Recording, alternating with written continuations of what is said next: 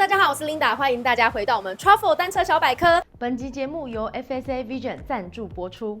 这个月的小百科呢，就是要跟大家介绍，因为呢，因应大家快要开学了，大家就会买自己心爱的脚踏车通勤用。但是呢，买了脚踏车之后，就会很担心自己的车万一被偷了怎么办，所以就会买锁。在我身边呢是4位台大单车社的社员，大家自我介绍一下。大家好，我是台大单车社的邵荣。大家好，我是台大单车社的宣磊。大家好，我是台大单车社的博文。大家好，我是台大单车社的博翔。非常好，那个4位学弟妹很可爱。那想要问他们啊，平常在学校都是选哪一类的锁，避免自己的车被偷？我们刚好后面就有这个191自转车工坊这边呢，他们就有卖很多锁来示范一下。请问学妹，你平常是用哪一种？我是用这个密码锁 ，OK。但是我虽然买密码锁，原因是因为我怕我的钥匙会被我弄丢。但是最后我的脚踏车没有被偷，但是我的锁被偷了。锁被偷的部分，好，那脚踏车也要小心了。好，那请宣磊。我是选择的是钥匙锁，因为我怕我的密码会忘记。哦，但你不会忘记带钥匙吗？不会，因为我的钥匙都跟我家里的钥匙绑在一起，所以如果我钥匙不见，就是全部一起不见了。哦，对，聪明聪明。好，那博文。我的话我是用钥匙锁，就是因为我觉得用钥匙锁开锁比较快，我比较懒一点。我的话是用密码锁，因为我很容易把钥匙弄丢。哦，OK， 好，所以每个人都有自己的考量。那 Linda， 我自己以前在学校的时候是用 U 型锁，但现在这里现场没有 U 型锁，但大家应该很可以想象，就长这样子，然后把整个脚踏车那个车架靠住这样子。所以等一下呢，我们就来访问一下我们这家车店的这个老板娘，她每天在这边贩售这些锁，想要问她哪些锁怎么使用，然后或是比较不容易被偷，或是比较强壮、比较不容易被剪断之类的。好啦，那我们邀请到的是我们191板娘。嗨，你好，谢谢。那还有一样，我们的猫头鹰交通书频道的这个富口。Hello， 大家好，我是 Fuko。Fuko 他很专业，因为我们等一下也有一些跟法律或是交通法则相关的这个议题，所以我们就一起来听板娘介绍。那请问板娘啊，你在这边就是这么多学生来买锁，你有没有比较推荐哪一类型的锁？大部分其实一般来说，他们都会习惯用号码锁，因为常常会忘东忘西，就是会掉钥匙的人就会选择用密码锁。那我们这一款的密码锁，其实它是可以自己设定你的号码。比如说它的出厂原始号码是4个0，所以大家不要再设定这一组了。要设定的时候就是头往前转到底。我现在改成4个1，再转回来。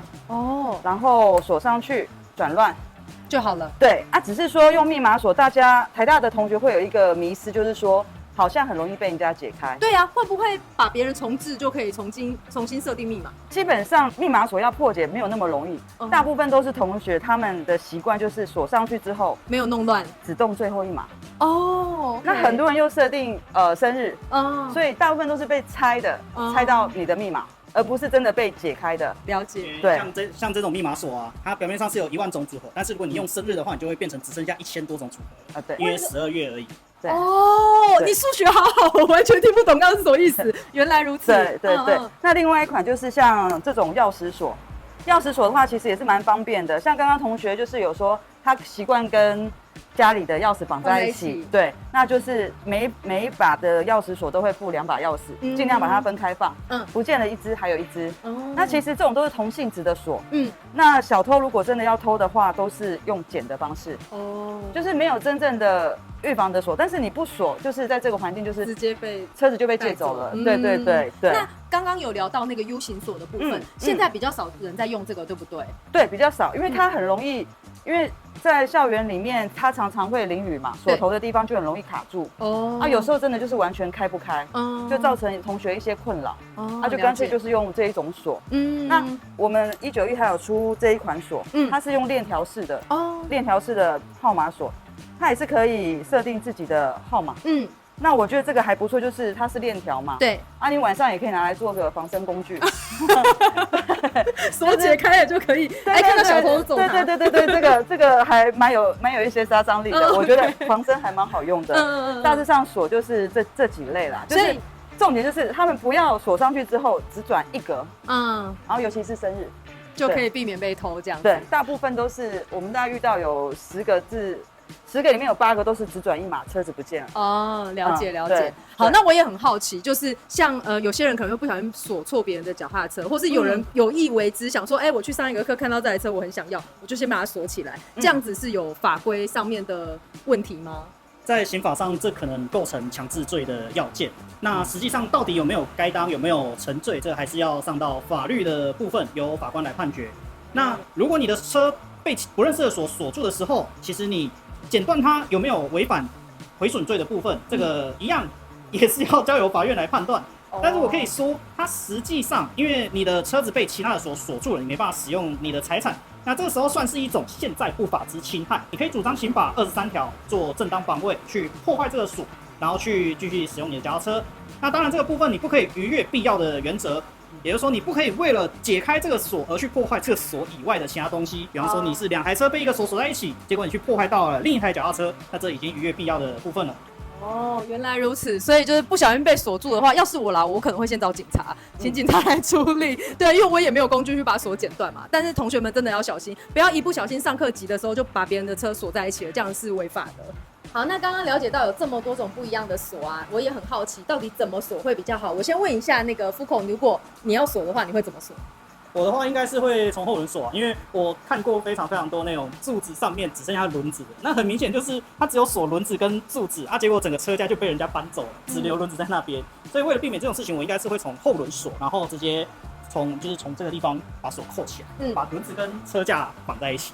好，如果是我的话，我应该也会这样选择，但我会比较担忧一点，所以我会想要能够尽量穿过各种越多地方越好，可能就是这边也有，这边也有，这边也有，都穿过。然后如果旁边有柱子，再继续锁一下，有锁太多了，那很保障。对，那我们就请这个老板娘来跟我们介绍一下，通常会建议学生怎么锁比较好。一般来说，我们通常都会建议同学锁后轮为主，因为后轮的结构比较复杂。